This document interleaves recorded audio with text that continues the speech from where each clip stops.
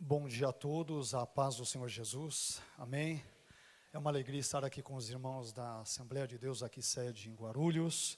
Agradeço ao pastor Val, agradeço aqui aos demais pastores, irmãos que gentilmente nos convidaram para que estivéssemos aqui nesse contexto. É um prazer, o pastor Vitor Gadelha, que nos convidou também, entrou em contato. Deus abençoe a vida do pastor aqui, presidente, o pastor Clementino, todos os demais pastores, copastores, obreiros, os membros, os visitantes, são todos muito bem-vindos em nome do Senhor Jesus. Amém? Meus irmãos, nós fomos incumbidos de falarmos, como o pastor Vitor já muito bem disse, brevemente, antecipadamente, ficamos incumbidos de falarmos sobre dois importantes assuntos, dentre todo um universo de assuntos, de temas bíblicos e ou teológicos presentes, sobretudo no nosso contexto evangelical, e também, por que não dizer, no contexto pentecostal, mais particularmente falando. O primeiro dos temas sobre o qual nós trataremos, ele envolverá o arminianismo e a declaração de fé das Assembleias de Deus. Eu nem sei se dará para vocês verem, ok, e também por causa do sol, pelo horário, mas eu espero que de alguma forma vocês consigam visualizar, e se não, nós tentaremos de alguma forma, portanto, aí apresentar esses pontos de uma forma geral. Bem, o primeiro tema, portanto, é o arminianismo e a declaração de fé das Assembleias de Deus. Sobretudo, a nossa ênfase nesta manhã, depois teremos, permitindo Deus, outra palestra à tarde, já sobre a Bíblia e as suas traduções, mas nesse momento o nosso enfoque será mais sobre a soteriologia arminiana. Ora, sabemos que as igrejas pentecostais, de uma forma geral, o que inclui evidentemente a Assembleia de Deus, possui uma soteriologia, isto é, uma composição teológica acerca da doutrina da salvação, como esta se dá, o seu modus operandi e assim por diante, a partir de uma orientação teológica chamada arminiana. Nome este que deriva do teólogo holandês Jacob Arminio, importante teólogo ali do contexto do século XVI. E para isso, nós vamos dar algumas informações preliminares sobre as crenças principais em termos soteriológicos, tanto de Jacob Arminio, bem como a perspectiva contrária em termos também soteriológicos, que é a perspectiva calvinista. É importante dizermos, de antemão, que o arminianismo não se resume aos 5 pontos da sua soteriologia, bem como o inverso é verdadeiro. O calvinismo não se resume aos 5 pontos da assim chamada tulipe.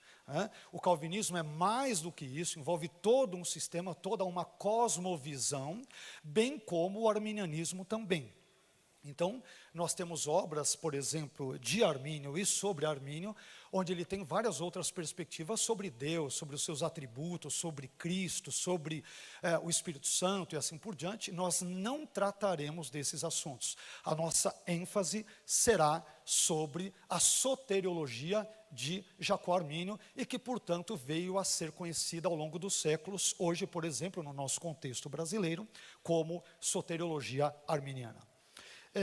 Caminhando aqui o nosso estudo, nós vamos então, deixa eu ver se dá aqui, acho que está ok, espero que vocês estejam vendo. Então nós vamos ver aqui, vamos começar pela perspectiva contrária àquela do arminianismo, que é a perspectiva do calvinismo. Como que o calvinismo, por exemplo, entende em termos bem genéricos a soteriologia? E para isso nós temos que falar, inevitavelmente, por exemplo, da TULIP, um acrônimo TULIP, onde esses 5 pontos, o T, o U, o L, o I e o P, eles são letrinhas que formam um acrônimo e, portanto, por trás das mesmas nós temos uma série de construções teológicas acerca daquilo que ficou conhecido, por exemplo, como os 5 pontos do calvinismo. Então, primeiro, T é do total depravity, que é depravação total. Ora, quando nós falamos sobre depravação total no calvinismo, em linhas bem gerais, os nossos irmãos calvinistas entendem que, nesse ínterim, da mesma forma que nós arminianos, isto é, uma pessoa ímpia, uma pessoa não regenerada, uma pessoa não convertida, ela já nasce, já vem a este mundo morta em seus delitos e pecados, como por exemplo Efésios no capítulo 2, versículos 1 a 3, por exemplo, diz. Isto quer dizer que, de uma perspectiva calvinista, por enquanto estamos tratando apenas a perspectiva calvinista, para depois entrarmos na arminiana, tá? Então, numa perspectiva clássica e tradicional calvinista, as pessoas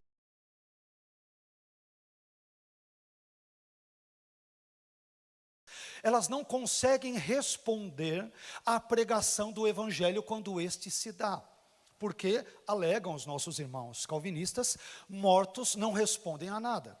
Então, tanto quanto nós vemos uma pessoa morta em termos físicos, um cadáver, esta não responde a estímulos físicos, por exemplo, então, analogamente, por analogia, pessoas espiritualmente mortas não têm a capacidade espiritual de responder à chamada externa, por exemplo, do evangelho, quando este é pregado, e nem a chamada interna do Espírito Santo na vida do indivíduo, a não ser que o indivíduo seja primeiro regenerado.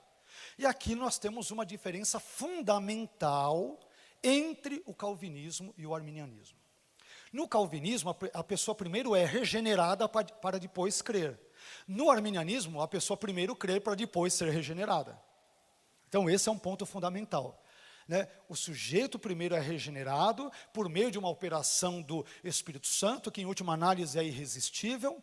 O sujeito pode resistir 1, 2, 3, 5, 10 vezes, mas se ele foi incondicionalmente eleito para a salvação, mais cedo ou mais tarde, digamos, me permitam usar essa expressão, o Espírito Santo como que dobrará a sua vontade, encurvará a sua vontade, e mais cedo ou mais tarde ele, inevitavelmente, ele virá a crer em Cristo, se Deus assim incondicionalmente o escolheu para a salvação. De uma perspectiva arminiana, bem breve, só para traçarmos o contraponto, depois eu entrarei em outros detalhes, a perspectiva é inversa. Primeiro devemos crer para então sermos regenerados ou salvos. Nós, arminianos, entendemos que esta é a ordem clara, evidente, inequívoca, é transparente e presente nas Escrituras. Afinal de contas, vez por outra, quando lemos o Novo Testamento, nós encontramos a expressão, creia e será salvo, não é isso? Tanto no texto de Marcos, no capítulo 16, no famoso texto de Atos 16, 31, com o carcereiro de Filipos. Então, a ordem bíblica é crer para ser salvo, e não seja salvo e crerás. Os nossos irmãos calvinistas partem da salvação para depois crer. Nós entendemos que primeiro devemos crer e em seguida somos salvos. Por quê? Porque esta é a ordem que, a nosso ver, está explícita, simplesmente está evidente e clara nas Escrituras. Ok? Mas depois da depravação total, e nós estamos sendo bem sucintos, depois eu vou especificar outros elementos, nós temos, esse é o T da Tulip, Total Depravity, depravação total. Isto é, outra informação importante, bem brevemente, por que depravação total? Total porque a nossa inclinação para o pecado, para o mal, ela é total não em termos da sua intensidade. Caso contrário, nós nem seríamos seres humanos, seríamos verdadeiros demônios. Mas ela é total no sentido de que o pecado, ele abrange, ele envolve, ele abarca, ele compreende, ele engloba todas as áreas da nossa vida humana. Então o pecado afetou a nossa mente, afetou os nossos pensamentos, afetou o nosso linguajar, afetou as nossas ações, afetou as nossas inclinações, de modo que mesmo a pessoa mais santa, mais piedosa, mais temente a Deus, mais devotada ao estudo da Bíblia e à oração, mesmo tendo inclinações boas pela graça, faz coisas muitas vezes motivada e inclinada pelo pecado. O pecado maculou, contaminou, prejudicou, deteriorou todas as áreas e departamentos da nossa vida. Por isso que a depravação é total. Não em termos de intensidade, mas em termos da sua extensão. Ok?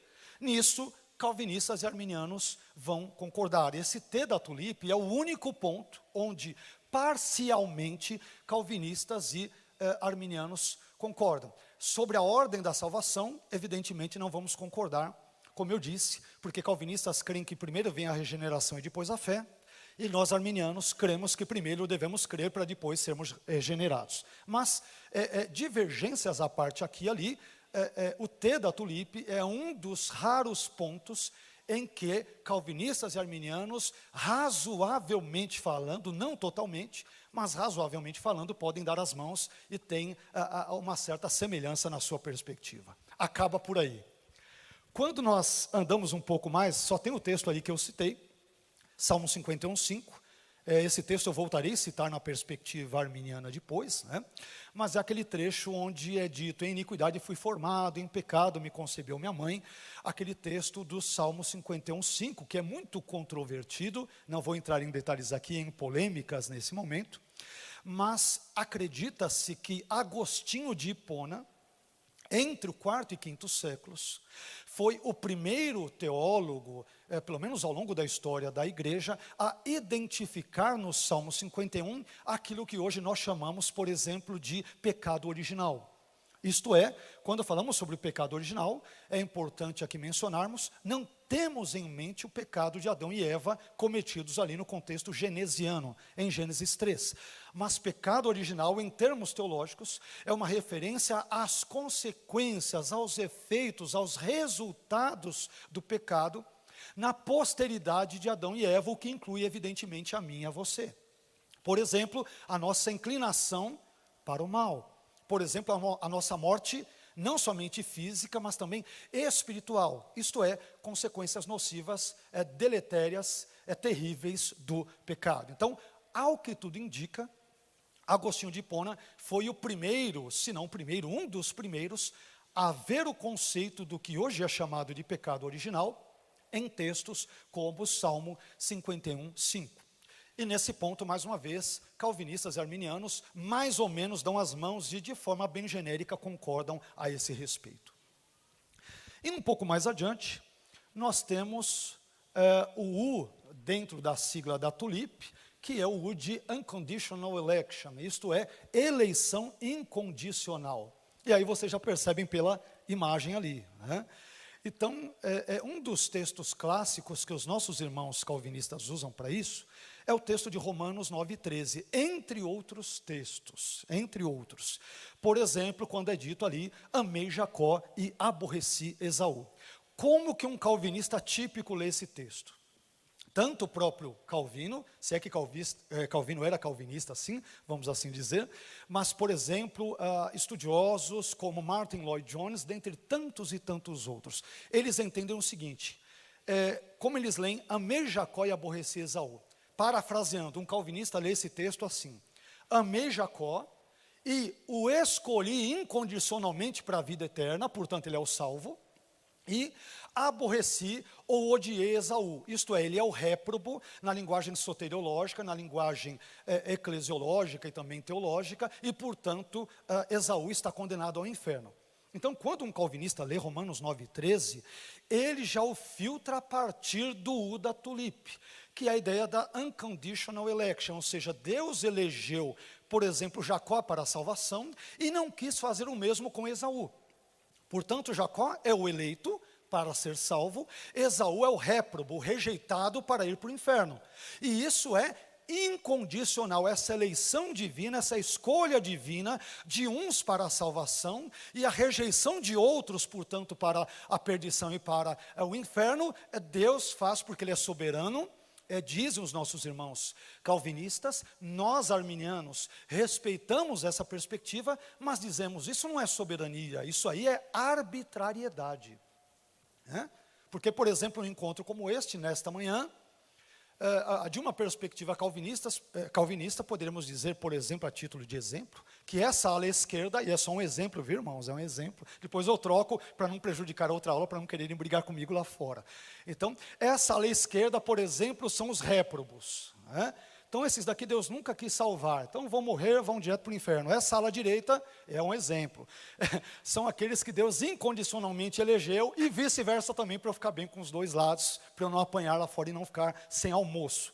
Então, essa ala direita envolve os incondicionalmente eleitos. Então, Não há nada que essa ala possa fazer para se tornar um incondicionalmente eleito. E não há nada que essa ala possa fazer para se tornar um réprobo, porque Deus, desde a eternidade passada, já fechou o destino, tanto dos que vão nessa hipotética situação exemplar, tanto aqueles que vão para o inferno, como aqueles que vão para o céu, ou vice-versa. Por isso que a eleição é incondicional, não existem condições, Deus não estabelece condições para que o indivíduo seja salvo. Ele simplesmente escolhe, esse eu quero que vá para o céu, esse eu não quero, esse eu quero que vá, esse eu não quero.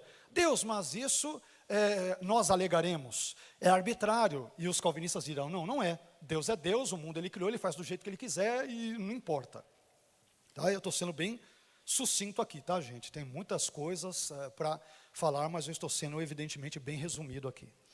Depois, nós temos o L da expressão limited atonement, ou seja, expiação limitada. Esse é um dos pontos talvez mais nevrálgicos do calvinismo e um dos que mais incomoda os próprios calvinistas, a tal ponto em que existem calvinistas chamados de 4 pontos. Por quê? Porque eles não adotam esse L da tulip. Então eles são chamados, brincando, pelos próprios calvinistas, são chamados de calvinista tuip. Não é tuip, não é? Em vez de ser tulip, ele é tuip, porque ele não subscreve o item L desse contexto. Então, na perspectiva da expiação limitada, Jesus não morre por toda a humanidade na cruz. Ele morre apenas por um grupo específico de pessoas. Dentro do exemplo que eu acabei de citar agora, minutos atrás, por exemplo, se esses são os incondicionalmente eleitos, Jesus não morreu na cruz por esses, ele morreu só por esses. Não, mas ele não quer que preguemos o evangelho a toda criatura. Sim, ele quer, mas ele não vai querer salvar jamais essa turma, ele quer salvar só essa. São esses que ele escolheu. Então Jesus morre por esses, ele não morre por toda a humanidade. Esse é um dos ensinos que eu diria que talvez mais nos choque a nós arminianos, porque nós falamos, como assim? Jesus não morre por todos? Como que eu vou então entregar um folheto assim chamado evangelístico num ponto de ônibus? Eu vou pregar uma mensagem como essa, de repente transmitida, e se tiver uma pessoa que é um réprobo, uma pessoa que Deus não elegeu incondicionalmente para a salvação, que envolve o ponto anterior, então não adianta o que eu posso ou não fazer, porque ela não crerá em Cristo de jeito nenhum.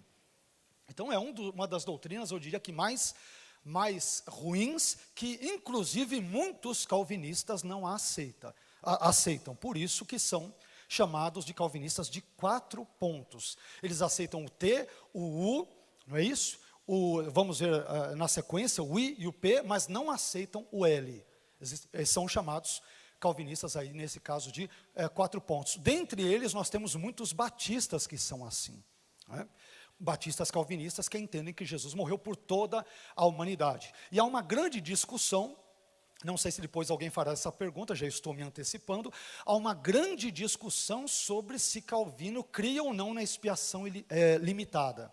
Então há textos das Institutas e um ou outro comentário bíblico escrito por João Calvino, onde parece que ele crê que Jesus morreu por todas as pessoas. Ou seja, em alguns momentos parece que nem Calvino ele era tão calvinista como os calvinistas de hoje o são, por exemplo.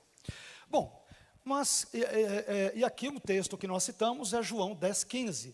E dou a minha vida pelas ovelhas. Um texto muito citado ad nauseam pelos irmãos calvinistas. Então eles entendem que Jesus morreu apenas pelas ovelhas. Quem são as ovelhas? São os incondicionalmente eleitos. Então ele não morreu por aqueles que não são ovelhas. Só que aí é um argumento bem complicado, porque biblicamente falando, Paulo vai dizer em Romanos, no capítulo 5, que Jesus morre a seu tempo pelos ímpios. E se eles eram ímpios, quer dizer que no contexto em que Jesus morre ainda não eram ovelhas. Fora tantos outros textos, Paulo vai dizer, Jesus também morreu por mim, e tantos outros textos, Deus amou o mundo de tal maneira que deu seu Filho unigênito, para que todo aquele que nele crê não pereça, mas tenha vida eterna. Enfim, temos uma série de textos que me parecem refutar esse L da expiação limitada no calvinismo. Então eu acho que talvez o calcanhar de Aquiles do calvinismo, entre outras coisas, e falando aqui respeitosamente, é claro, eu acho que seja não só o sistema como um todo, mas a expiação limitada. Dizer que Jesus morre apenas por certas pessoas, mas não por todas as pessoas, é algo que nos agride, nos ofende a nossa compreensão bíblica, o nosso amor para com o próximo, e nós ficamos imaginando, como assim?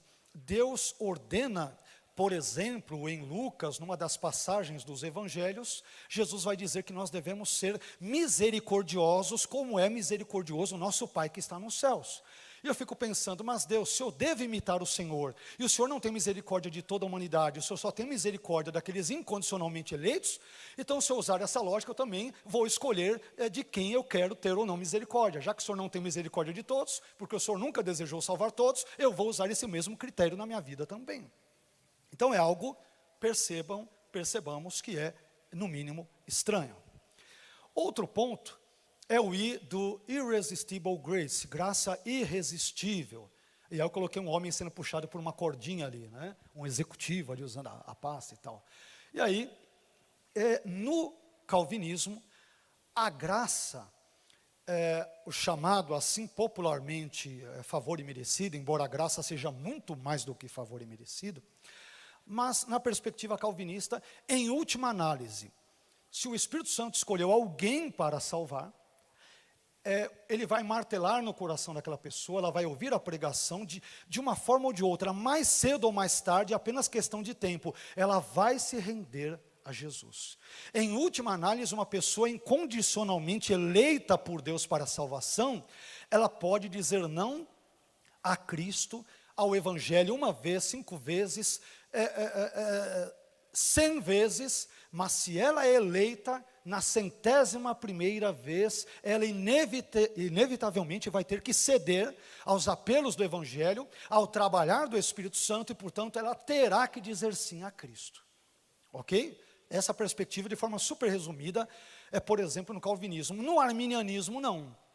No arminianismo, salvo se não for um arminianismo de 4 pontos também, como ocorre com muitos irmãos batistas e outros e tal, sobretudo, a graça sempre pode ser resistida. Essa é uma divergência fundamental entre o calvinismo e o arminianismo. No arminianismo, a graça, em última análise, sempre pode ser resistida. Em última análise, eu sempre posso dizer não a Deus. Eu posso chegar no momento, ok, sei que o Senhor me amou, posso frequentar a igreja há 40 anos, mas de repente ocorre alguma coisa que machucou a minha vida, uma doença na família, uma perda de emprego, uma catástrofe, uma tragédia familiar, e de repente eu rejeito todos os elementos de fé que outrora eu abracei. É isso que nós, por exemplo, arminianos, entendemos e chamamos de apostasia. O que é a apostasia? A apostasia envolve a rejeição sistêmica, deliberada, maquinada da fé outrora abraçada. Não é uma mornidão na fé. Não é o sujeito, poxa, eu vi que aquele irmão faz uns 4 domingos que ele não vem para a igreja, está vendo, já apostatou. Tudo bem que pode haver brincadeira entre jovens e outros e tal. Mas desvio na fé não é apostasia. Mornidão na fé não é apostasia. Fraqueza espiritual não é apostasia. A apostasia é algo muito mais grave.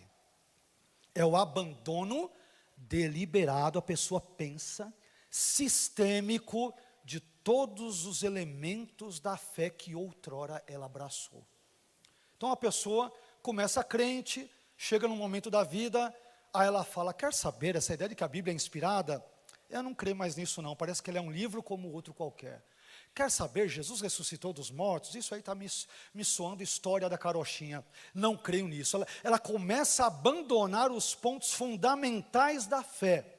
Se ela morre nesse contexto, e outrora ela foi de fato salva, nós arminianos dizemos, portanto, que ela cometeu apostasia.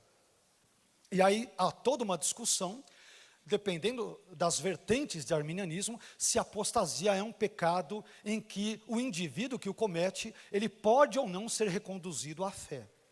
Existem arminianos, como John Wesley, e eu diria muitos pentecostais, que pensam que a apostasia é algo que você pode cometer uma vez, e volta, e 2, e volta, e 3, e volta, e assim por diante. Existem outros arminianos, e eu sou propenso a concordar com eles, que a apostasia é algo único e irreversível. Uma vez cometido, é um caminho sem volta. E só Deus conhece a pessoa que está nesse estado ou nessa condição.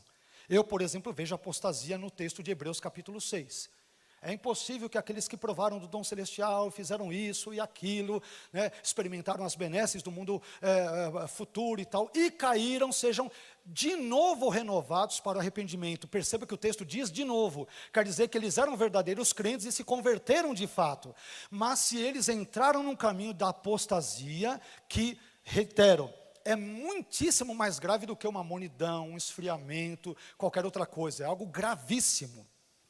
Essa pessoa, eu entendo, ela está num caminho sem volta. Só que nós não temos como saber quem é essa pessoa, não está escrito na testa da pessoa, eu sou apóstata, não tem isso.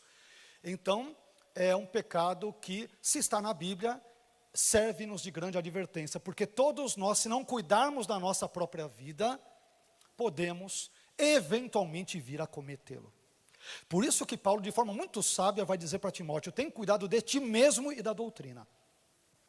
Aqui tem um elemento importante, e me permitam dizer que, com muito carinho, respeitosamente, cabe-nos aqui advertirmos aos pastores, ministros, a todo crente, de forma geral.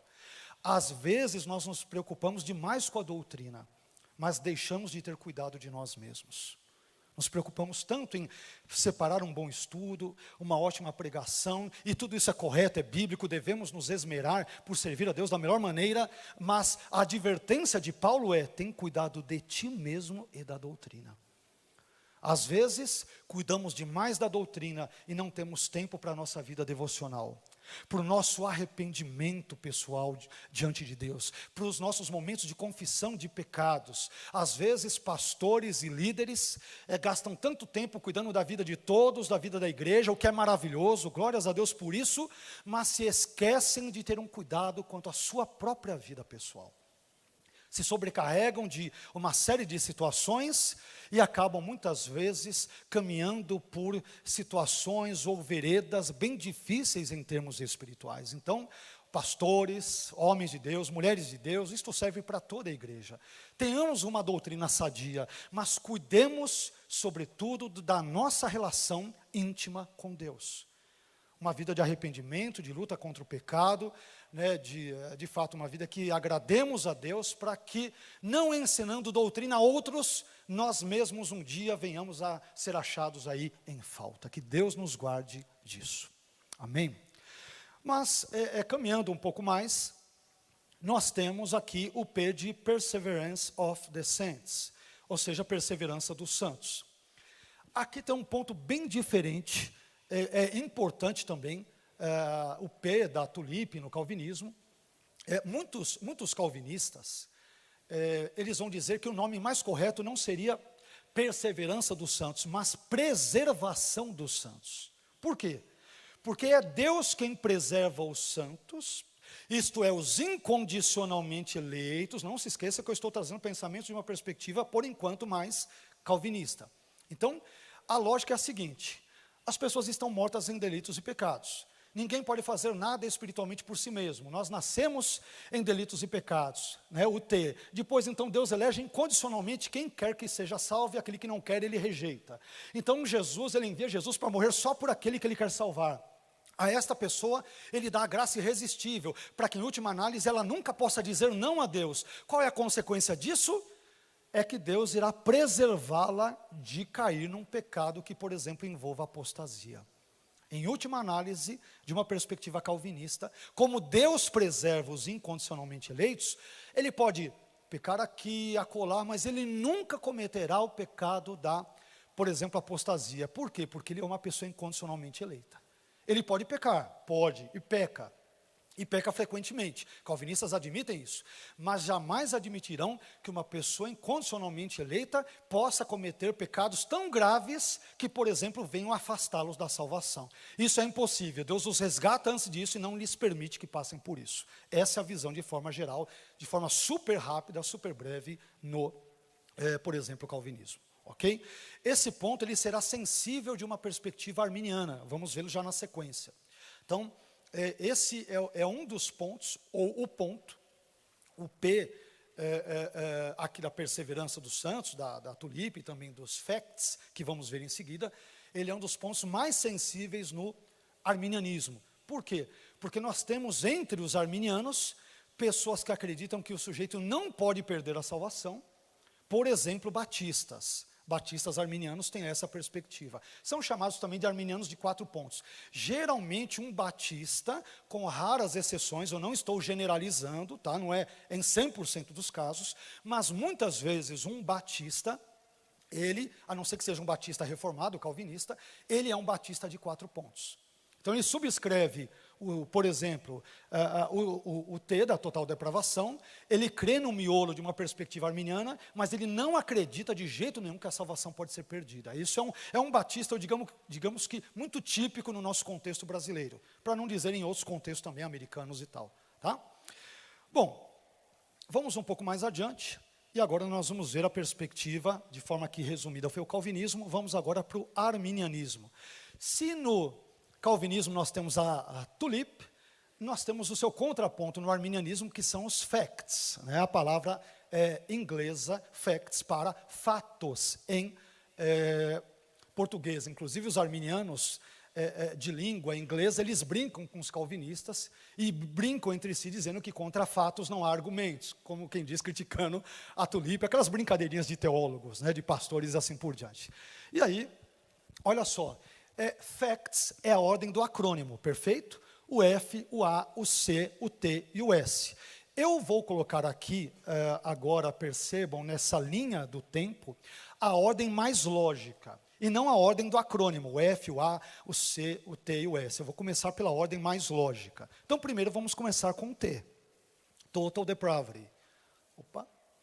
De novo o bebezinho ali, e o texto do Salmo 51, 5. Em iniquidade fui formado. Como eu disse para vocês agora há pouco, calvinistas e arminianos, de forma geral, concordam quanto ao ter da depravação total. Embora nós, arminianos, sejamos com frequência acusados pelos irmãos calvinistas de defendermos não uma depravação total, mas uma depravação parcial. Por quê? Porque nós podemos responder ao Evangelho. Então, um calvinista tira sarro da gente, né? Na melhor das formulações aqui, né? Claro que com respeito, mas ele vai dizer, não, vocês arminianos defendem depravação parcial, porque vocês dizem que a pessoa pode responder ao Evangelho. Eles vão dizer, eu nunca vi um morto espiritual, um morto não responde a nada. Como que você responde ao Evangelho? Então, os calvinistas nos acusam de defendermos parcialmente a depravação, e eles sim que defendem a depravação total, né? Então, como eu disse, esse T da tulip e o T dos facts é o ponto onde arminianos e calvinistas mais se aproximam um do outro, ou uns dos outros, mas também existem algumas divergênciazinhas. Não há uma concordância unânime, 100%. Aliás, cá entre nós, nenhum de nós cristãos, mesmo dentro de uma denominação, concordamos 100% em todos os pontos teológicos, bíblicos, interpretação de textos. Sempre há variações. Então, é evidente que haverá também diante de 2 sistemas distintos, como o calvinismo e a sua antítese, que é o arminianismo. Tá? Bom, eu já falei sobre o T, na perspectiva arminiana, a depravação total, ela também se dá em termos de extensão e não em termos de intensidade. Isto é, nós arminianos cremos que o pecado ele afeta todas as áreas da nossa vida, o aspecto emocional, volitivo, racional, espiritual, social, mas não somos tão maus quanto poderíamos ser, senão nós seríamos demônios. Somos maus, mas não maus de uma forma onde chegamos num limite tão cruel, embora alguns seres humanos, é evidente, parece que sejam, né, devido a certas práticas, mas enfim, não vem ao caso. Esse é o ponto. Seguindo a lógica e continuando, vamos agora para o Atonement for All. No Atonement for All, a expressão inglesa para expiação para todos, ou por todos. Então, na perspectiva arminiana, lembram, no calvinismo, Jesus não morre por toda a humanidade na cruz. Ele morre apenas por aqueles assim chamados incondicionalmente eleitos. No arminianismo, não. Jesus morre por toda a humanidade sem exceção. De modo que, no arminianismo, as pessoas não vão para o inferno porque Jesus não morreu por elas. As pessoas vão para o inferno porque, tendo Jesus morrido por elas, tendo-as amado, E podendo crer nele, no seu evangelho, essas pessoas deliberadamente rejeitam a graça, elas resistem à graça. E ao fazê-lo, até o seu último instante de vida neste mundo, e se morrerem assim, se fecharem os olhos nessa condição, essas pessoas então estarão, infelizmente, irremediavelmente perdidas. Essa é a perspectiva geral, por exemplo, arminiana, de forma geral. Então Jesus morre por toda a humanidade. E aqui me permita uma observação bem simples, mas importante. Nós arminianos, eu diria, no melhor dos sentidos, e de novo respeitosamente, nós temos uma vantagem sobre os irmãos calvinistas de 5 pontos, que é a simples e seguinte vantagem. Um calvinista raiz, a gente brinca hoje na internet, né, Nutella, aquela coisa toda é raiz, é Nutella. Um calvinista raiz, não Nutella, não um calvinista meia boca, vamos assim dizer. Tem calvinistas meia boca e tem arminianos meia boca também, né? Mas um calvinista raiz, ele não vai dizer para as pessoas, por exemplo, como num auditório como esse, que Jesus ama todo mundo. Por quê? Ele não sabe quem na plateia é o incondicionalmente eleito e aquele que Deus já destinou para o inferno. Como ele não sabe, o que ele fala? Normalmente calvinistas eles usam linguagens mais genéricas, né? Então ele vai dizer, não, Jesus morreu por nós, só que ele nunca especifica quem é esse nós. Nós, entenda-se, os incondicionalmente eleitos, entendeu? Não é nós todo mundo. Ele usa termos genéricos. Por quê? Porque ele não tem como dizer, Jesus morreu por você e não por você. Ele não sabe quem é eleito e quem não é. Então, um calvinista raiz jamais poderá dizer que Jesus morreu por toda a humanidade. Mas, pastor, eu já ouvi alguns dizendo, e eu também já, então, bendita inconsistência. Eles estão sendo totalmente incoerentes com o seu sistema, mas é uma bendita incoerência nesse aspecto.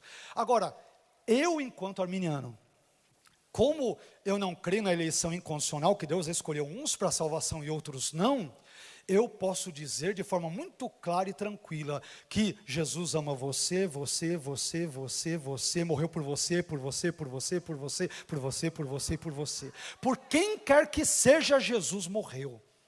Isso um arminiano pode fazer, um calvinista verdadeiro, puro sangue, de jeito nenhum ele pode fazer. Olha que coisa interessante. Então eu fico imaginando um calvinista evangelizando. Já pensou num ponto de ônibus, tem 10 pessoas. Como que eu vou saber se 5 são eleitos incondicionalmente e os outros 5 são réprobos? Eu não tenho como evangelizar. Eu tenho que falar, pessoal, se eu for seguir a lógica, é possível que Jesus tenha morrido por alguns de vocês, ou por ninguém, ou por todos, sei lá, seja o que Deus quiser, faça a figuinha e seja o que Deus quiser. Porque eu não sei. Um arminiano não. Ele pode dizer de forma clara, transparente, segura, Jesus morreu por toda a humanidade, do passado, do presente e do futuro, até que Jesus volte para resgatar a sua igreja. Ele amou o mundo de tal maneira, que deu seu Filho unigênito. Não há uma pessoa neste mundo, do passado, presente e futuro, que não seja alvo da expiação de Cristo, da morte expiatória de Cristo. Acontece, todavia, meus irmãos, que, por exemplo, essa perspectiva, por exemplo, no arminianismo, Jesus ele morre por toda a humanidade, mas alegam os nossos irmãos calvinistas, mas isso seria universalismo, todas as pessoas seriam salvas. Não, a salvação no arminianismo, ela não é automática. Me permita dizer de outra forma, quando Jesus morre na cruz pelos nossos pecados, e agora deixa eu ser mais preciso, pelos pecados de toda a humanidade, não só dos eleitos, de toda a humanidade. Quando Jesus morre na cruz, ele não salva ninguém na morte da cruz. Por quê? Porque não existe uma salvação automática. A salvação de uma perspectiva arminiana, ela é condicionada ao quê? À fé. Jesus morreu na cruz por mim. Se eu não crer nele, eu não serei salvo. Por isso que João 3,16 diz: Deus amou o mundo de tal maneira que deu seu Filho unigênito, para quê? Para que todo aquele que nele crê, Deus salva crentes, Deus não salva incrédulos, não pereça, mas tenha vida eterna. Então a condição para a salvação é a fé. Eu tenho que crer. Jesus morre por todos. Por que nem todos são salvos? Porque nem todos creem, mas todos têm a possibilidade de, pela graça, crerem em Cristo. Essa é a perspectiva, por exemplo, resumidamente falando, arminiana. Continuemos. Depois nós temos o F de freed by grace to believe, isto é, liberto pela graça para crer. É o F dos facts. Então, olha lá, Efésios 2:8, eu não citei o texto anterior de 1 Timóteo 2:6, me permitam que aproveite para fazê-lo, que vai dizer, num trecho dele, o qual se deu, referindo-se a Cristo, em preço de redenção por todos. Todos aqui, é todos, indiscriminadamente, indistintamente. Não são todos os tipos de pessoas como os nossos irmãos calvinistas dizem. Tem calvinista até que diz que Jesus morreu por todas as pessoas, mas é um artifício semântico. O que eles querem dizer? Não é que Jesus morreu por toda a humanidade sem exceção, mas sem distinção. Ou seja, Jesus morre por reis, todos eles eleitos, né? Jesus não morre por ímpio que não será eleito. Então, Jesus morre por reis incondicionalmente eleitos, presidentes incondicionalmente eleitos, plebeus, eu e você incondicionalmente eleitos, patrões incondicionalmente eleitos, empregados incondicionalmente eleitos. Ele morre por todos os tipos de pessoas, mas não por todas as pessoas sem exceção. Entenderam o artifício? Então, dependendo do calvinista, ele vai dizer, não, Jesus morre por todas as pessoas, só se ele for um calvinista tuip, ou se ele diz todos, mas ele ele entende todos de uma forma diferente que eu e você entendemos. Para nós todos é num sentido universal, todos é todos mesmo. Para um calvinista não, é todos num sentido restrito, é todo tipo de gente, não é todas as pessoas sem exceção. Entenderam? Então é um detalhe que se a gente não prestar atenção, a gente acaba não compreendendo esse ponto. Mas voltando ao F, de freed by grace to believe, liberto pela graça para crer, o que os arminianos entendem? E aqui nós temos uma divisão entre os arminianos. Arminianos wesleyanos ou metodistas, dependendo do tipo, eles têm uma fé. Arminianos clássicos têm outro tipo de perspectiva. Por exemplo, John Wesley, num dos seus sermões, John Wesley, importante fundador, um dos fundadores do metodismo, o próprio Wesley, sendo ele anglicano, ele vem da igreja anglicana, isto é, da igreja inglesa, a igreja da Inglaterra. Quando olhamos para isso, nós descobrimos que John Wesley, ele entende a graça de uma forma diferente da forma como, por exemplo, o arminianismo clássico entende. Por isso que quando nós estudamos o arminianismo, nós falamos sobre arminianismo, por exemplo, wesleyano, que envolve a perspectiva de Jacó Armínio, o teólogo holandês, e a perspectiva do inglês, ali, John Wesley. Para John Wesley, quando uma pessoa vem a este mundo, uma pessoa nasce, com base em João capítulo 1 e versículo 5, Jesus é a luz que alumia todo o mundo. Então, toda pessoa que vem a este mundo, a graça de Deus, de alguma forma, já está automaticamente sobre ela. Essa é a visão wesleyana do arminianismo, perfeito? A visão clássica é diferente. Ela vai dizer, a pessoa já não nasce sob a ação da graça, ela só está sob a ação da graça quando o evangelho, por exemplo, é pregado. E aí, calvinistas e arminianos vão entender que a pregação do evangelho é um meio de graça. Então, quando a palavra de Deus é pregada, a graça está sendo difundida naquele ambiente onde ela é pregada, e se, por exemplo, isso é transmitido, então, por todas as pessoas que ali assistirem esse contexto, então ela abrange todos, mas somente por meio da pregação do evangelho. Então, observem que o arminianismo clássico tem uma compreensão de graça mais restrita, onde a graça é difundida por meio da pregação do evangelho, enquanto que o arminianismo de vertente wesleyana ou metodista, dependendo do tipo, ele acredita que todos os que vêm a este mundo já estão sob os auspícios, cuidados ou proteção, digamos, da graça. Então isso é diferente, tá? Outro ponto importante sobre a graça é que, se no calvinismo a graça é, em última análise, irresistível, o sujeito pode espernear, gritar, esbravejar. Se ele é um incondicionalmente eleito, mais cedo ou mais tarde ele vai ser salvo de qualquer jeito e acabou. Calvinismo. No arminianismo, não, como eu disse minutos atrás. No arminianismo, a pessoa sempre pode resistir à graça. Sempre. Por isso que nós cremos no pecado da apostasia. Por isso que para nós arminianos é estranha aquela ideia de que uma vez salvo, salvo para sempre. Como assim? Se a Bíblia está cheia de advertências, de exortações, para que as pessoas não pequem, para que tomem cuidado. Hebreus está cheio de advertências, e Hebreus é uma epístola que é escrita para judeus cristãos. Ora, qual o sentido de Deus advertir crentes para que permaneçam na fé, se de qualquer jeito eles vão ser salvos? Então, eu creio que a crítica arminiana a essa perspectiva, ela é muito bem-vinda, é muito adequada e é muito bíblica, e de fato é válida, é legítima. E um pouco mais adiante, nós temos o C do conditional election. Lembram que eu comentei que no U da TULIP, nós temos a unconditional election, eleição incondicional.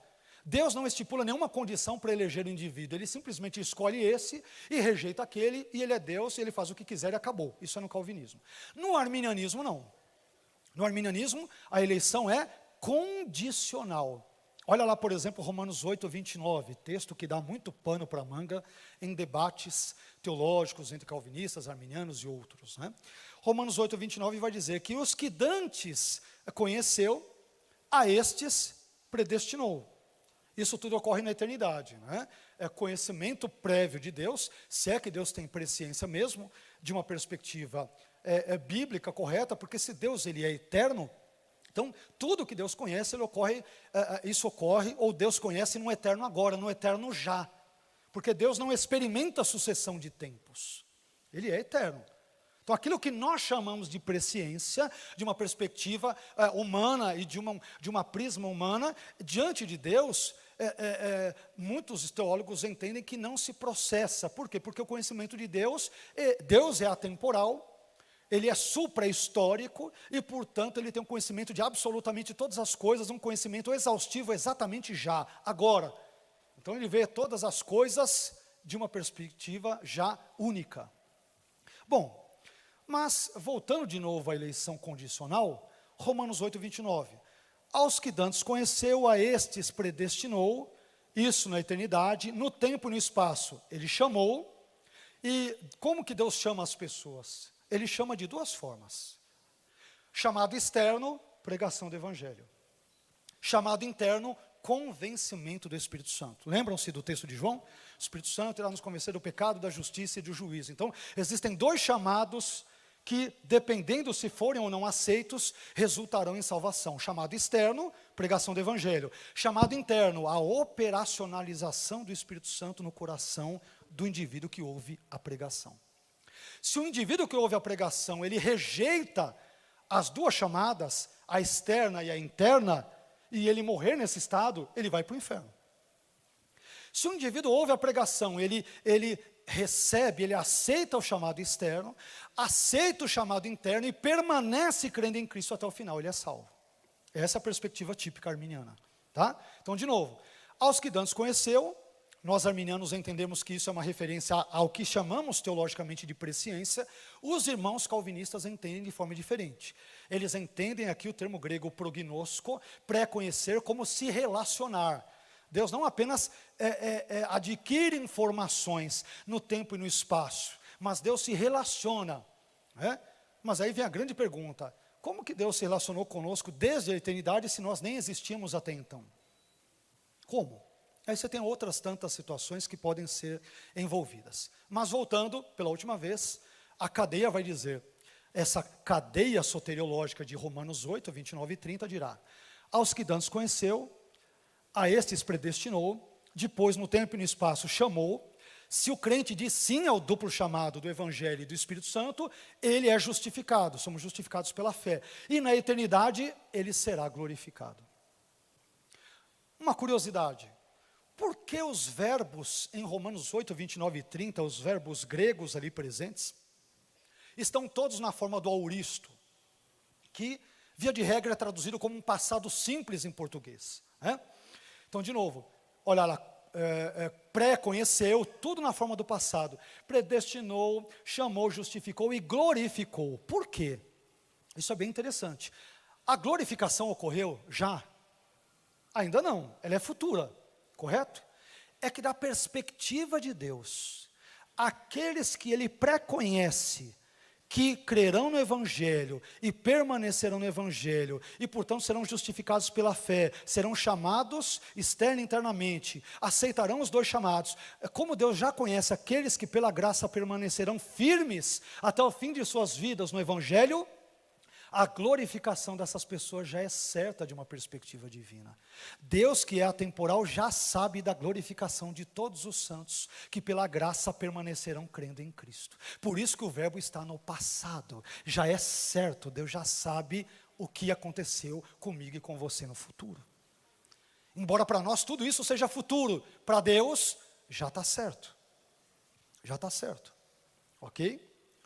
Bom, depois, continuemos,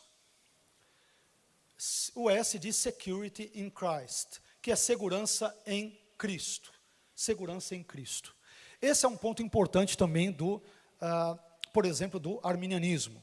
Enquanto que, na perspectiva calvinista, nós temos a ideia de que se o indivíduo é eleito incondicionalmente, mais cedo ou mais tarde ele vai crer de qualquer jeito e vai ser salvo.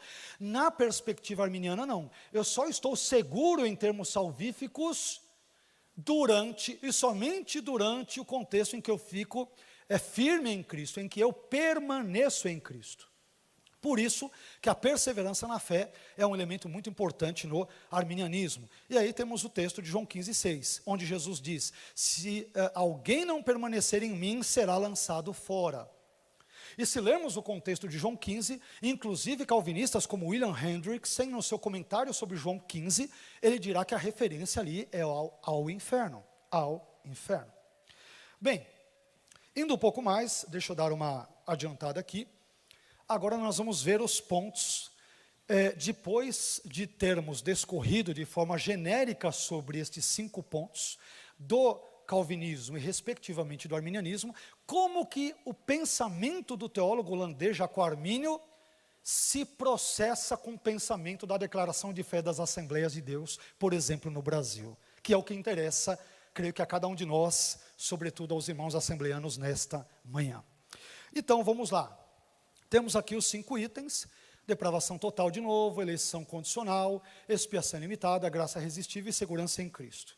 Bem, primeiro item, depravação total. Como que Armínio entende a depravação total? E aí nós vamos ler, e eu sempre vou fazer comparações entre a perspectiva soteriológica de Armínio e aquela esposada e ou defendida pela declaração de fé das Assembleias de Deus. E nós vamos ver onde existem as maiores semelhanças e uma ou outra eventual discordância. Vamos lá. Primeiro, o que Armínio diz sobre a depravação total? Lembrando, meus irmãos, que ele não diz só isso. Nós, por questões de tempo, de logística, selecionamos alguns textos. Não dá para a gente falar tudo sobre isso, porque isso exigiria todo um dia todo, enfim, várias palestras, vários estudos, e nós não temos tempo, e não é o objetivo da nossa fala nesta manhã. Mas nós selecionamos trechos que exemplificam os pontos, sobretudo os soteriológicos, que nós falamos até agora, que nós abordamos até agora de forma geral.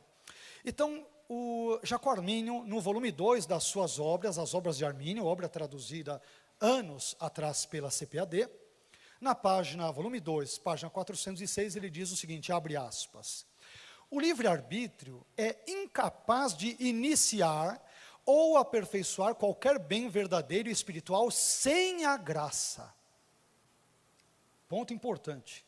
Então, nós arminianos, com grande frequência, somos acusados por irmãos calvinistas e outros, que somos pelagianos, somos semipelagianos, nós tripudiamos da graça, é a nossa liberdade que conta, é nós é que decidimos, e tudo isso são grotescas caricaturas, que as pessoas falam ou por ignorância, ou por maldade, ou pela mistura dos dois, ignorância e maldade junto. Então tem de tudo no nosso meio.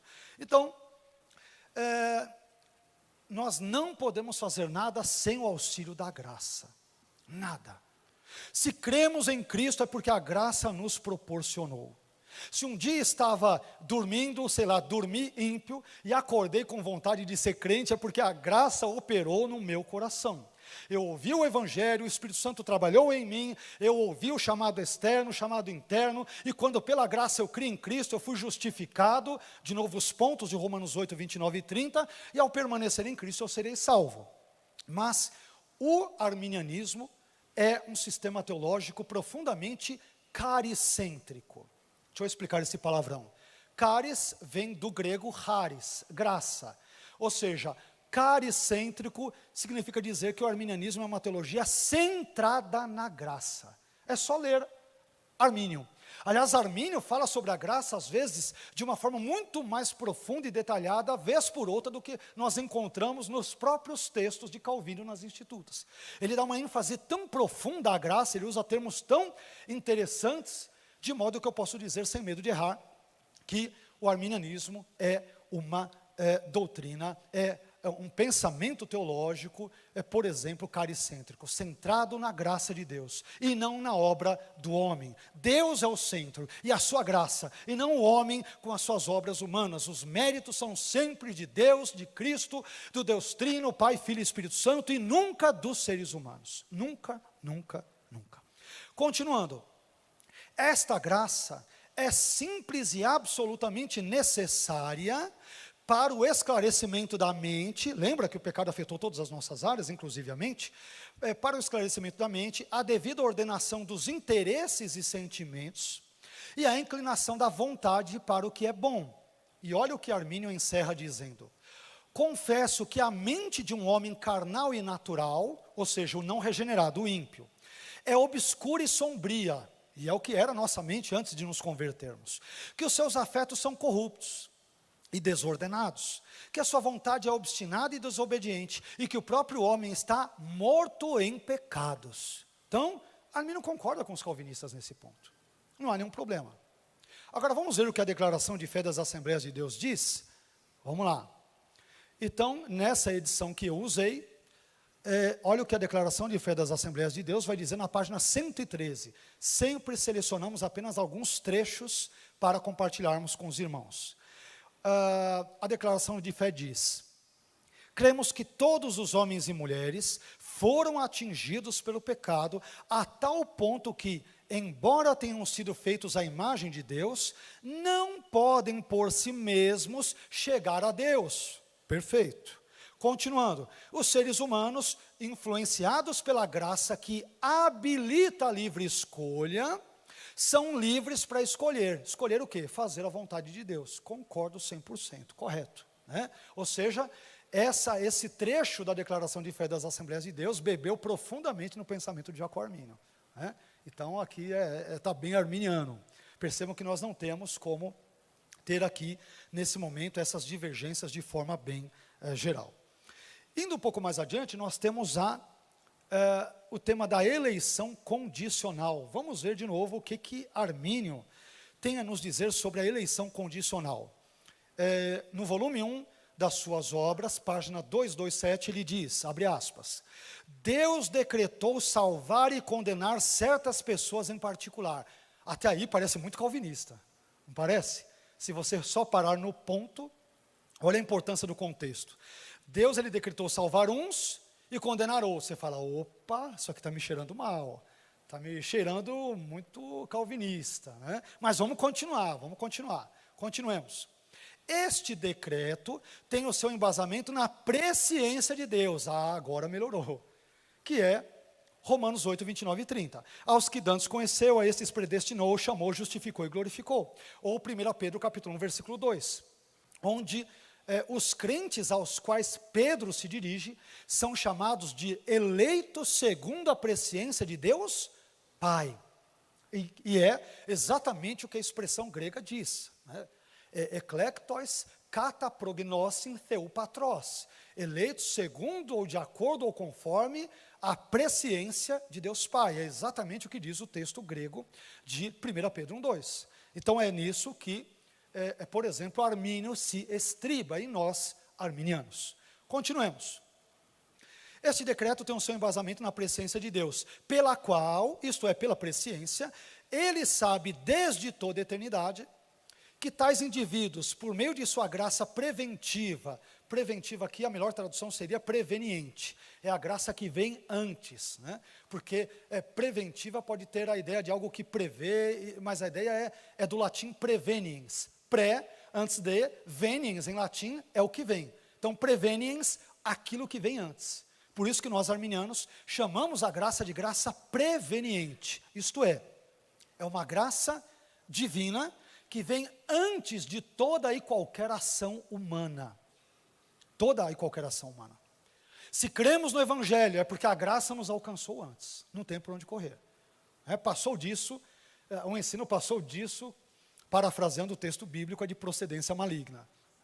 Não, eu mesmo criei sem o auxílio da graça. Isso não existe. Se cremos, a graça operou em nós e através de nós. É impossível crer sem a atuação prévia da graça no nosso coração, na nossa mente, nos nossos sentimentos, em todo o nosso ser. Ok? Continuemos. Então, ele sabe desde toda a eternidade que tais indivíduos, por meio de sua graça preventiva ou preveniente, creriam, e por sua graça subsequente, Deus conhece aqueles que perseverariam. E do mesmo modo, pela sua presciência, ele conhecia aqueles que não creriam e nem perseverariam. Ok? Então é simples. Na perspectiva arminiana, a salvação, em termos eletivos, de eleição, envolve a presciência da fé e a presciência da incredulidade. Deus previu que o indivíduo creria em Cristo e perseveraria crendo até o final, esse indivíduo não pode perder a salvação. Deus previu que o indivíduo não creria e continuaria incrédulo até o final, ele não tem como ser salvo. Deus prevê que o indivíduo crê no início, mas no meio da sua jornada cristã, ele apostata e nunca mais volta à fé, então esse indivíduo não tem como ser salvo. Tudo terá como fundamento esse conhecimento meticuloso, exaustivo, pleno e absoluto de Deus, de todas as coisas em absoluto. Tá? Vamos ver o que a declaração de fé das Assembleias de Deus diz sobre isso? Vamos lá. Página 110. Opa. Olha lá. A predestinação genuinamente bíblica diz respeito apenas à salvação, sendo condicionada à fé em Jesus, em Cristo Jesus, perfeito. Estando relacionada à presciência de Deus, correto, profundamente arminiano. Portanto, a predestinação dos salvos é precedida pelo conhecimento prévio de Deus, daqueles que diante do chamamento do Evangelho, recebem a Cristo como seu Senhor, como seu Salvador pessoal e perseveram até o fim. Olha que importante. Não basta crer em Cristo. Essa fé tem que ser contínua. Quando eu digo contínua, me permitam colocar uma nota de rodapé para ser mais claro no que eu estou dizendo. Isso não quer dizer que crentes não possam experimentar momentos de crise na sua fé. O sujeito perde, eu estou dando exemplos aleatórios, tá? O sujeito está há anos na igreja, de repente perde o pai, perde a mãe, de novo sofre uma tragédia familiar, no casamento, entre tantas outras coisas, e ele experimenta uma crise existencial e espiritual profundas. Isso pode ocorrer, não só pode, mas ocorre com frequência. Isso não quer dizer que essa crise temporária de fé significa que o indivíduo apostatou. Não, significa que ele está passando por um momento, é um momento turbulento na vida. Mas depois de semanas, meses, enfim, o Espírito Santo graciosamente irá reconduzi-lo. Ele não vai morrer nesse estado. Então é outra coisa. Tá? Esse ponto então é importante. Isso me leva a refletir sobre um texto que nós conhecemos, mas não tanto, que é João 3,16. É um dos textos, talvez, que cristãos mais citam e, curiosamente, menos conhecem. É engraçado isso, né? O que diz João 3,16? Porque Deus amou o mundo de tal maneira, que deu seu Filho unigênito, para que todo aquele que nele crê não pereça, mas tenha vida eterna. Mas o texto grego não diz exatamente isto.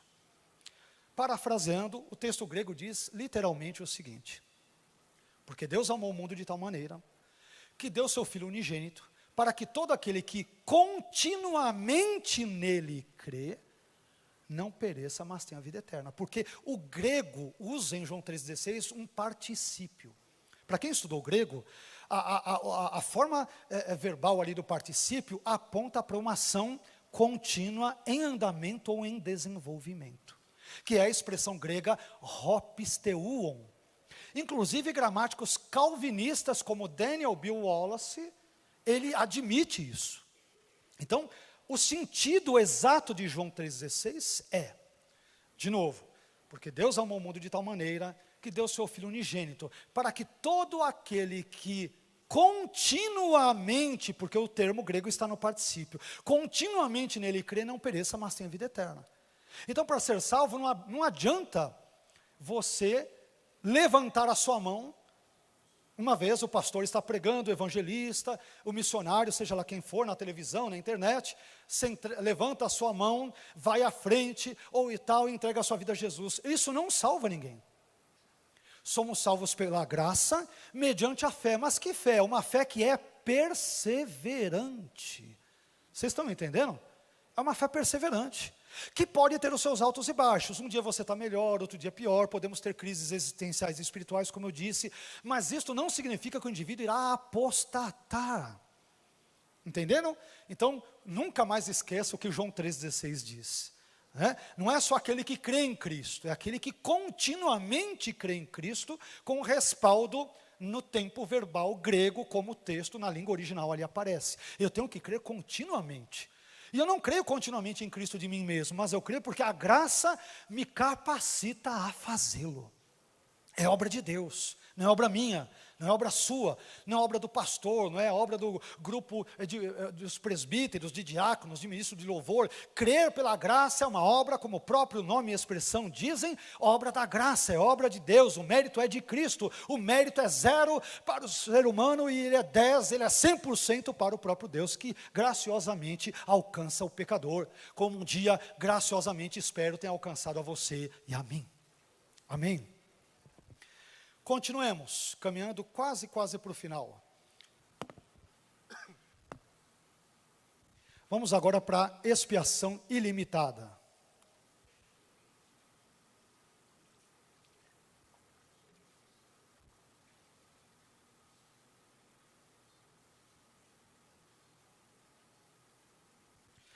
Primeiro aqui vejamos em Armínio. A expiação ilimitada pode ser encontrada, por exemplo, nas obras de Armínio, no volume 3, páginas 425 e 428, por exemplo. Ele não fala sobre expiação limitada só aqui, mas, por exemplo, aqui. Armínio diz: Cristo morreu por todos, sem nenhuma distinção entre eleitos e reprovados. Já deu uma na visão calvinista. Ele está dizendo, quando Jesus morre na cruz, não há essa distinção entre reprovados e eleitos, réprobos e eleitos. Ele morre por toda a humanidade, sem exceção. E não sem distinção, como dizem muitos dos nossos irmãos calvinistas. Não, Jesus morreu por reis, ele morreu por professores, por alunos, ele morreu por toda a classe de indivíduos. Não. Ele morreu por toda a humanidade, sem exceção. É diferente. Então, de novo, Cristo morreu por todos, sem nenhuma distinção entre eleitos e reprovados. Perfeito.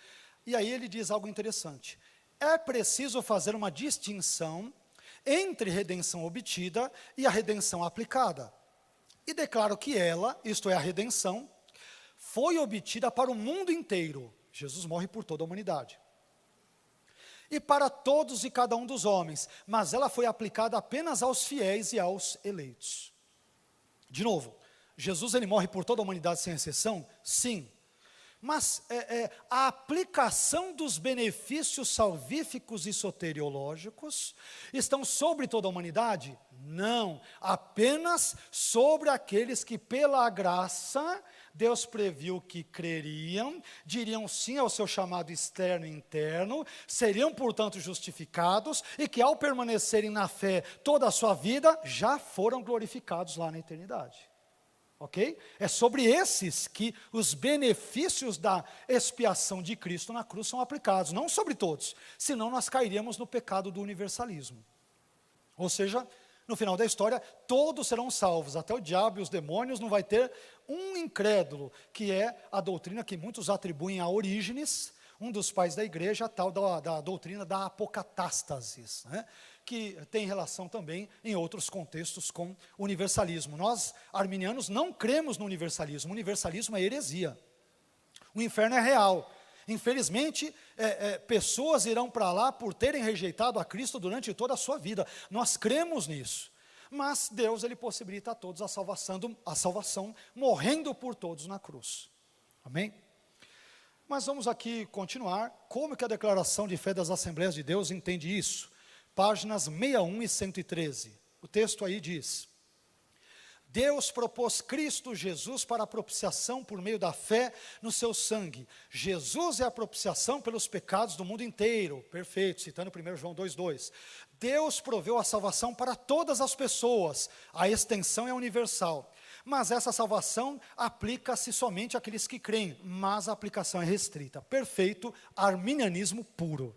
Então a declaração de fé das Assembleias de Deus é profundamente arminiana no seu aspecto soteriológico, profundamente arminiana.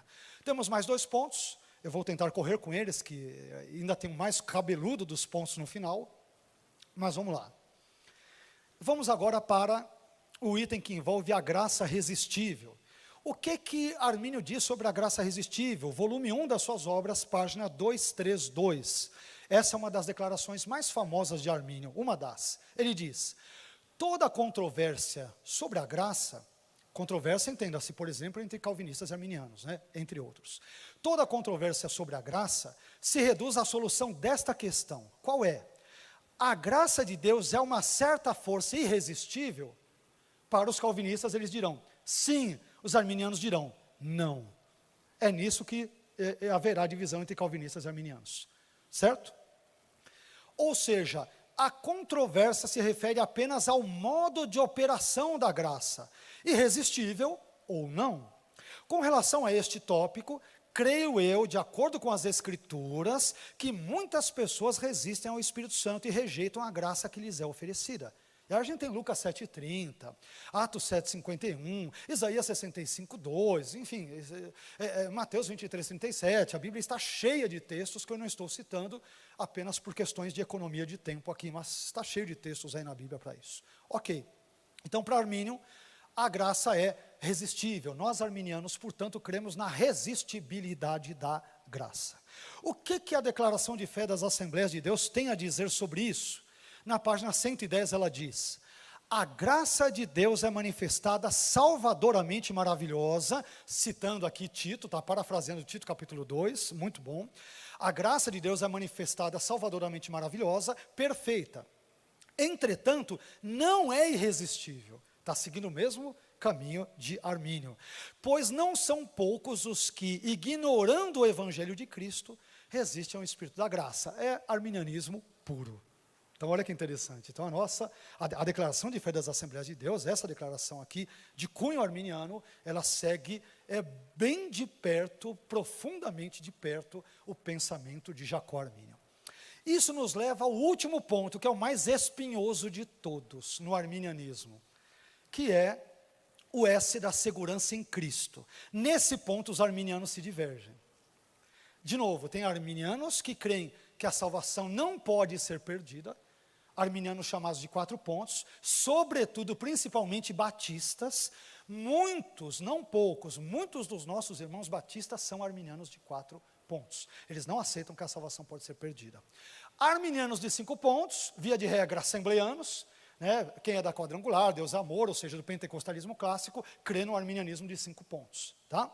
Vamos ver o que Armínio diz, e a declaração de fé das Assembleias de Deus diz. Aqui nós vamos ter uma pequena divergênciazinha, com perdão pela redundância, aqui um pequeno enroscozinho nesse elemento. Vamos lá. Primeiro vamos para o volume 1, e eu misturei o texto em português com o texto em inglês, porque me parece que tem coisas no inglês que deixam mais claros certos assuntos do que o português. Volume 1, páginas 284 e 198 em inglês, da obra Works, de James Arminius, que nós encontramos na internet, inclusive, e equivale às páginas 350 e 258 em português. Tá? Quem quiser comparar, está tudo lá detalhadinho, pinçado, já arrumadinho. Olha o que Armínio vai dizer. Isso aqui é uma peculiaridade do pensamento de Armínio. Prestem bem atenção, porque é um assunto que, à exceção do advento do arminianismo nos últimos anos, até no Brasil, poucas pessoas sabem sobre isso, inclusive pastores, ministros, professores de teologia, muitos não sabem disso, muitos, tá? Olha lá, abre aspas. Uma vez que a eleição para a salvação compreende, dentro de seus limites, não apenas a fé, mas igualmente a perseverança na fé, a gente já viu isso, e uma vez que Deus escolhe para a salvação aqueles que Ele vê que crerão posteriormente com a ajuda de sua graça preventiva ou precedente, e que perseverarão com a ajuda de sua graça subsequente ou seguinte, preste atenção. Crentes e eleitos não são corretamente tidos pelas mesmas pessoas. É impossível para os crentes, enquanto eles permanecem crentes, cair da salvação. Pastor, isso quer dizer o quê? Quer dizer, de forma bem prática e simples, talvez não tão simples assim, que para Armínio existem duas categorias de crentes, não só, tem duas categorias. E antes que alguém estranhe essa visão, ele não é o único a ensinar isso. Tomás de Aquino ensinou isso também antes dele, Agostinho de Hipona ensinou também isso, outros teólogos ensinaram isso. Existem duas classes de crentes, alguns dirão de cristãos. Quais são? Os crentes e os eleitos. Quem são um grupo e o outro? Então, deixa eu usar o seguinte pensamento que vocês vão entender de forma mais clara. Para Armínio, todo eleito é um crente, porque Deus não elege incrédulos, perfeito? Ele elege crentes. Mas nem todo crente é eleito. Por quê? Pode ser que o sujeito seja crente durante boa parte da sua vida cristã, mas durante um momento da mesma ele se desvie do evangelho, apostate da fé e morra no pecado. Esse indivíduo Deus nunca pré-conheceu como eleito, ele nunca foi eleito, ele foi crente, entendeu? Então, na visão arminiana, dizer que, do arminianismo clássico, eu estou lendo o texto com vocês, dizer no arminianismo que um eleito pode perder a salvação, não existe. Isso contraria a Bíblia e contraria o pensamento de Armínio, não tem nada a ver. E muitos crentes desavisados, por não conhecerem isso, ensinam que eleitos podem perder a salvação. Isso não existe, é uma questão lógica, e bíblica. Por quê? No arminianismo, nós não dissemos várias vezes nesta manhã que a eleição se dá com base na presciência da fé e com base na presciência da perseverança da fé, não é isso? Então, raciocine comigo. E tem calvinistas que às vezes dão pauladas em nós e dão com razão, porque nós estamos errados. Então, se Deus previu que eu creria em Cristo e eu permaneceria crendo até o final, a presciência de Deus não pode errar, concordam? Deus não erra. Se ela não erra, aqueles que Deus previu que creriam em Cristo e que permaneceriam crendo em Cristo não podem perder a salvação. É simples, não pode. Agora, senão você está contradizendo o próprio sistema seu, você está contradizendo a lógica e está contradizendo a sua visão da Escritura, você está contradizendo tudo. Agora, me permitam explicar aqui para não deixar ponta solta nesse momento, que é bem delicado esses assuntos. No arminianismo, os eleitos não perdem a salvação por motivos distintos do calvinismo. Tá? O que eu disse agora parece muito calvinista, mas não é. Por quê? Para um calvinista, o eleito não perderá a salvação porque Deus irá preservá-lo de qualquer jeito de apostatar da fé. Esse não é o mesmo motivo do porquê de, na visão arminiana, um eleito não perder a salvação. Não é porque ele não irá apostatar da fé, mas porque Deus prevê que ele, podendo apostatar da fé, pela graça, mediante a fé, ele irá perseverar em Cristo. Então, Deus pré-conhece o indivíduo perseverando na fé, não porque Deus o destinou para crer de qualquer jeito, mas porque Deus pré-conhece que ele agirá assim e morrerá crendo. É por isso que ele não pode perder a salvação. Então, os motivos são diferentes, entenderam? Não são iguais. Então, de novo, para você nunca esquecer, na visão de Armínio, do arminianismo clássico, existem dois tipos ou duas categorias de crentes: o crente e o eleito. O eleito é aquele que persevera crendo, é aquele que crê até o final da sua vida. O crente é aquele que crê durante um momento, mas depois ele apostata. Como ele apostata, Deus que é onisciente, ele não prevê a sua permanência na fé, por isso que ele morre e infelizmente vai para o inferno. Entenderam? Ok? Vamos ver o que a declaração de fé das Assembleias de Deus diz. Ela não entra nisso. Então parece que os nossos irmãos teólogos da Assembleia de Deus, eles, pelo menos no momento em que a declaração de fé foi redigida, ou das duas uma, ou não perceberam essa distinção no pensamento de Armínio, ou não quiseram entrar na mesma porque ela pode ter, enfim, talvez um mal entendido, pode dar margem para alguma coisa aqui e ali. Resumindo, não entraram nesse assunto. Eu teria que perguntar para alguns dos queridos irmãos como que eles trabalharam isso, dentre eles o querido pastor José Gonçalves, né, lá do Piauí, o irmão querido que participou, dentre outros irmãos, da declaração de fé das Assembleias de Deus. Mas vamos lá, olha o que diz aqui a declaração de fé das Assembleias de Deus. Não há dúvidas quanto à possibilidade do salvo perder a salvação, seja temporariamente ou eternamente. Então aqui o que eu percebo lendo esse texto? Isso já fica escancarado para quem estuda o assunto. A visão assembleiana, ela não segue o arminianismo clássico, ela segue o arminianismo wesleyano. O Wesley, que foi influenciado por Armínio e que modificou alguns pensamentos de Armínio, é quem influenciou a Assembleia de Deus, e isso está presente na declaração. Olha como a gente descobre as coisas, né? Porque se a gente pegar um sermão de Wesley, ele retoricamente, enquanto prega, ele vai perguntar para a tribuna, para a plateia: será que eu já sei de casos de pessoas que, por exemplo, perderam a salvação e voltaram a recobrá-la? E ele vai dizer: sim, isso ocorreu a centenas, aos milhares. É daí aquela caricatura, é daí que surge aquela caricatura que muitos calvinistas fazem de nós arminianos, quando eles brincam: e aí, quantas vezes você já perdeu e ganhou a salvação hoje? Isso vem de Wesley, que veio a influenciar a declaração de fé das Assembleias de Deus. Tá? Ou seja, aqui o arminianismo é wesleyano, não é um arminianismo clássico do próprio Armínio. Por isso que na declaração de fé, essa possibilidade de duas categorias de crentes, quer conhecida, quer desconhecida pelos que elaboraram a declaração, ela não é citada, porque o que se segue é a vertente wesleyana de arminianismo e não a vertente arminiana clássica nesse aspecto soteriológico. Olha que coisa interessante. Continuando. Mediante o mau uso do livre-arbítrio, o crente pode apostatar da fé, ok? Perdendo, então, a sua salvação. Assim, cremos que, embora a salvação seja oferecida gratuitamente a todos os homens, uma vez adquirida, deve ser zelada e confirmada. Concordo, perfeito. Né? Então, o único detalhe aqui interessante, e ainda bem que eles colocaram, os irmãos que elaboraram a declaração de fé, disseram que o crente pode apostatar da fé, porque o eleito não. Se tivesse eleito aqui, aí teria que mandar um e-mailzinho, falar: meu irmão, você teria que ler lá o texto de Armínio lá, porque não faz sentido um eleito apostatar, porque senão você coloca em xeque a presciência, Deus errou naquilo que ele previu. Ok? Então aqui eu quero terminar a minha fala nesse momento, faltando alguns minutos para o meio-dia.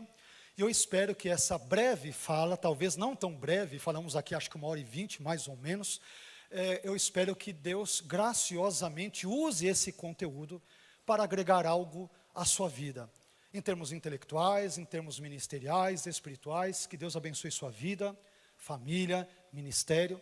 Muito obrigado por estarem aqui nesta manhã. Obrigado mais uma vez ao pastor Vitor, a todos os queridos irmãos que bondosamente estiverem e ainda estão conosco para ouvir sobre esse assunto que às vezes tem a sua tecnicidade, mas é muito importante para nós cristãos. Nós temos que conhecer a razão da nossa fé. Isso é muito importante. Espero poder revê-los à tarde, quando então mudaremos da água para o vinho, permitindo Deus, e falaremos então sobre o tema a Bíblia e as suas traduções. Deus abençoe vocês e toda honra, glória seja dada sempre ao Deus Trino, Pai, Filho e Espírito Santo, hoje e sempre.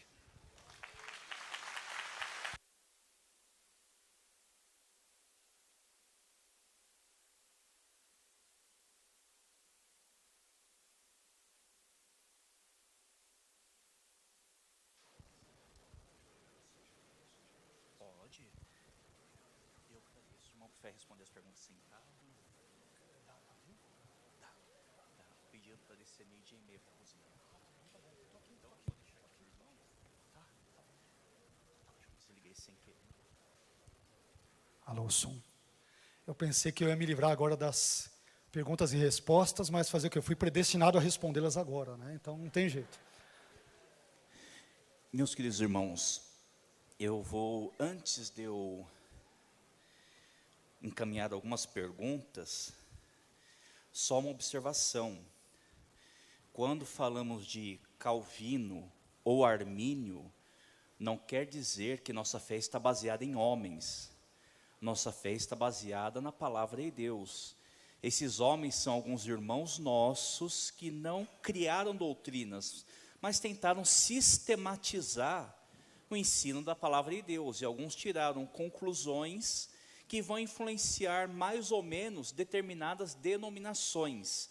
Então, isso que queremos dizer quando falamos que a Assembleia de Deus tem uma soteriologia arminiana. Não quer dizer que ela idolatre Jacó Armínio, mas que seu entendimento da salvação concorda com a sistematização que esses irmãos fez, mas a nossa fé é baseada na palavra de Deus. Mas é importante a gente saber disso, porque querendo ou não, nossa fé, querendo ou não, esses irmãos contribuíram para a história da igreja, tá bom? E quanto às perguntas que eu vou encaminhar, eu acredito que algumas que eu recebi já foram respondidas no decorrer da própria palestra.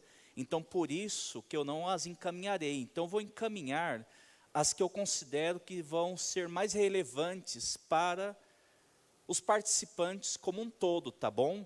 Então, eu vou fazer algumas perguntas ao pastor Carlos. Nós vamos contribuir para a obra do Senhor. Nosso irmão Odair, se puder preparar mais um louvor, nós vamos contribuir. Vou dar as orientações finais para que possamos ir para o almoço e votar daqui a pouco, tá bom? Primeira pergunta, é uma pergunta de cunho mais pastoral, pastor Carlos, uma pergunta que eu recebi aqui. As perguntas difíceis enviem para o Vitor e as fáceis para mim, vamos combinar? Eu vou encaminhar 2 ou 3 perguntas de cunho mais pastoral e 2 que se referem a textos bíblicos específicos. Eu não vou citar o nome de quem fez a pergunta, só vou lançar a pergunta, ou como diz aí no popular, vou lançar a braba.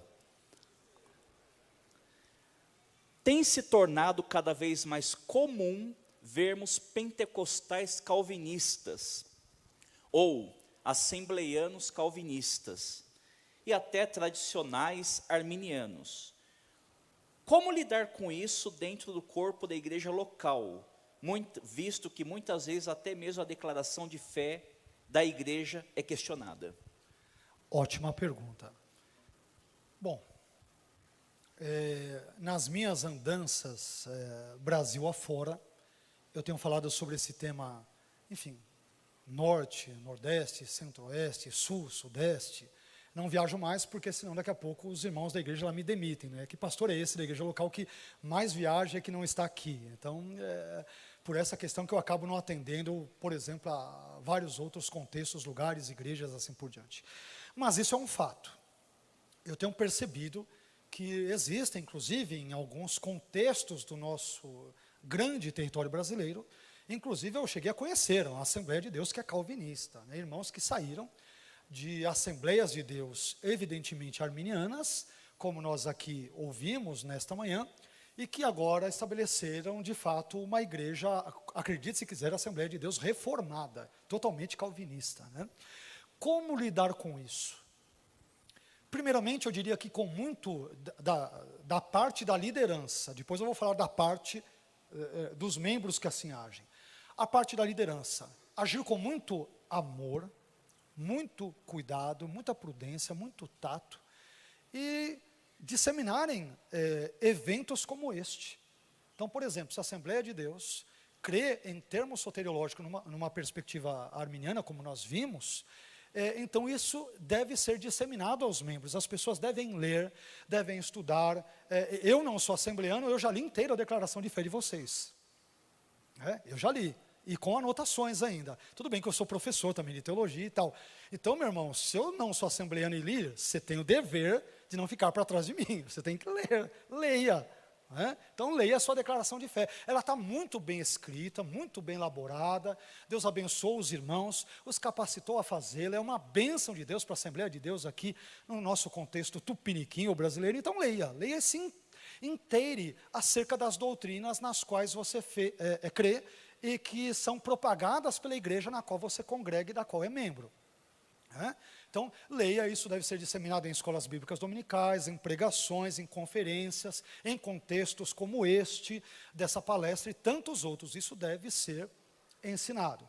Por parte dos irmãos que eventualmente se sintam atraídos ao calvinismo, e têm o direito de fazê-lo, quer tenham sido predestinados para isso, ou livremente escolham o calvinismo como opção soteriológica, mas façam sem causar divisão no corpo de Cristo. Quer dizer, não é para você sair da igreja, mas, em última análise, a soteriologia da Assembleia de Deus, ela mais confronta a sua fé do que é associada a ela. Meu irmão, não cause divisões ou problemas ao corpo de Cristo. Converse com o pastor. Primeiro, tente ser por ele orientado, para que ele te dê boas literaturas, para que você entenda como o arminianismo crê. Se depois disso tudo, eventualmente, não se der por satisfeito, poxa, pastor, eu quero agradecer, quero sair daqui em paz, abençoado. Não cause divisão no corpo de Cristo. Quem gosta disso é o diabo. Crentes não gostam disso, de divisão. Pelo menos não crentes verdadeiros. Não gostam disso. Eles prezam pela unidade do corpo de Cristo, não pela sua divisão. Então, de forma resumida, que tem de haver muito ensino nessa área. Temos literaturas que não faltam. De um pouco mais de uma década para cá, nós temos literaturas sobejas sobre arminianismo e calvinismo. Existem vídeos na internet, existem N outras situações. Então estude, se aprofunde e assim por diante. E apenas em última instância, se ainda assim você for convencido pelo calvinismo como a melhor proposta, saia de uma forma prudente, ordeira, pacífica, sem causar transtornos ou problemas para a igreja local e para o corpo de Cristo local. Muito obrigado, pastor Carlos. Outra pergunta. É possível a gente fazer um combinado entre calvinismo e arminianismo? Não vou ser nem calvinista, nem calvinista, vou ficar no meio, vou tentar pegar o melhor dos dois mundos. O irmão acha que é possível, ou como o irmão colocou, é possível uma visão que combine ou exceda essas cosmovisões que se desenvolveram a partir do século XVI? Ótima pergunta. Essa pergunta minha é feita com frequência. Tem até irmãos que brincam. Eu não sou calvinista nem arminiano, eu sou calminiano. Então, ou seja, é um monstro, é um Shrek gospel. É um Shrek gospel. É um Shrek soteriológico ambulante, alguma coisa do gênero. Então, eu brinco, mas assim, quem conhece o mínimo de calvinismo e o mínimo de arminianismo sabe que não dá para combinar. Vocês perceberam, tirando a depravação total, no calvinismo a eleição é incondicional, no arminianismo condicional. Uma expiação é ilimitada, no arminianismo, no outro é limitada. Num, Jesus morre por todos, no outro ele morre só por alguns. Num, a graça é irresistível, no outro é resistível. Num, de qualquer jeito, Deus vai preservar o sujeito e ele não pode perder a salvação. No outro pode. Não tem liga. Não tem liga. Então, é uma concordância de um pouquinho ali, ou seja, não dá. Só dá para quem não conhece nada de arminianismo e nada de calvinismo. Então ele faz esse Shrek, esse monstrengo, esse Frankenstein teológico, e ele pensa que pode ser calminiano. Então não existe calminianismo, o que existe é que a pessoa não tem a menor noção do que ela está falando. Então, porque os pontos são antitéticos, eles são antagônicos. Então, não dá para sustentar os dois ao mesmo tempo, não dá para ficar em cima do muro. E é claro, você tem o direito de, eu quero 3 pontos desse, 2 daquele, e não sei mais o quê. Ok, uma coisa meio self-service, Ok, mas teologicamente, quem conhece o assunto, vai olhar para você de esguio e vai dizer, esse daí não entende coisa nenhuma do que ele está falando.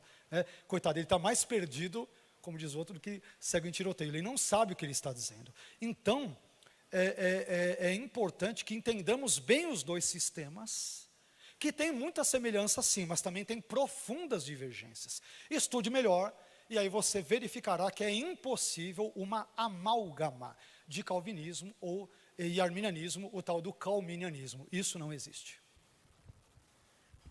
Vou fazer encaminhar mais 3 perguntas apenas, pastor. O senhor crê que a apostasia seja equivalente à blasfêmia contra o Espírito Santo? Sim, creio. Então eu creio que a blasfêmia contra o Espírito Santo, a blasfêmia contra o Espírito Santo já é algo mais complicado do que a apostasia. Por quê? Me permita explicar rapidamente, eu vou tentar ser sintético. A palavra blasfêmia é a combinação de 2 palavras gregas, blas, mal. Fêmea vem do verbo grego femi, que é dizer. Portanto, blasfêmia é dizer mal de, falar mal de. O que é, portanto, a blasfêmia contra o Espírito Santo? É falar mal ou pensar mal sobre o Espírito Santo a ponto de atribuir-lhe obras ou ações que são demoníacas e satânicas e não santas, como são as obras do Espírito, que evidentemente é santo, por isso é Espírito Santo. A dúvida que há na academia, nos estudos bíblicos, teológicos e exegéticos, é a seguinte: a blasfêmia contra o Espírito Santo ainda pode ser praticada hoje? Essa é uma grande dúvida. Ou ela é um pecado histórico, que só podia ser praticado pelos fariseus e judeus do contexto neotestamentário do 1º século da nossa era.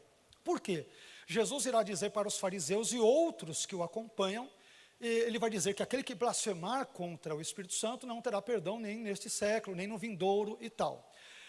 Então, muitos estudiosos localizam esse pecado como algo extinto nos dias de hoje.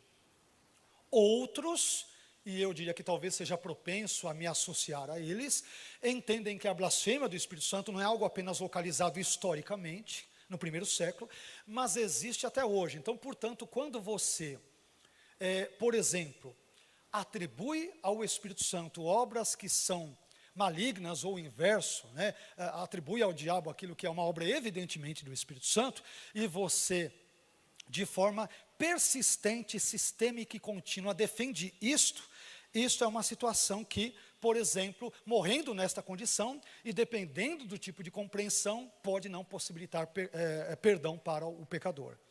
Essa é uma questão também que digamos que bem interessante nesse aspecto. Bem, indo para a apostasia, como eu penso ter definido mais de uma vez nesta manhã, a apostasia eu entendo que é o abandono, por isso que há uma pequena divergência talvez da blasfêmia contra o Espírito Santo, é o abandono deliberado, a pessoa sabe o que está fazendo, sistêmico e contínuo dos elementos de fé outrora abraçados. Então ela começou crendo na Trindade. Chega no momento da sua vida, ela fala, quer saber? Não creio em Trindade coisa nenhuma. Começou crendo na inspiração da Bíblia, depois fala, eu não creio que isso é verdade. Começou crendo na volta de Jesus. Quer saber? Eu acho que Jesus não vai voltar mais não. Isso aí como alguém disse aí na internet, é um horizonte utópico. Quer dizer, isso aí foi criado apenas a alimentar a esperança dos crentes, mas na verdade Jesus nunca voltará. É a crença no horizonte utópico. Quanto mais você anda em direção ao horizonte, mais ele se afasta de você. Então a vinda de Jesus tem esse aspecto utópico. Ela nunca vai ocorrer, mas a esperança nela é algo que enche o nosso coração de fé e esperança. Tem gente aí que ensina isso. Isso é o cúmulo do absurdo, para não dizer que é heresia flagrante. Então, a blasfêmia contra o Espírito Santo envolve um tipo de apostasia, mas a apostasia não necessariamente se resume à blasfêmia contra o Espírito Santo.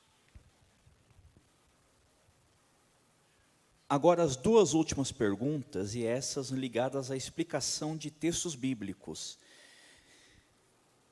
Pastor, como é que deve ser interpretado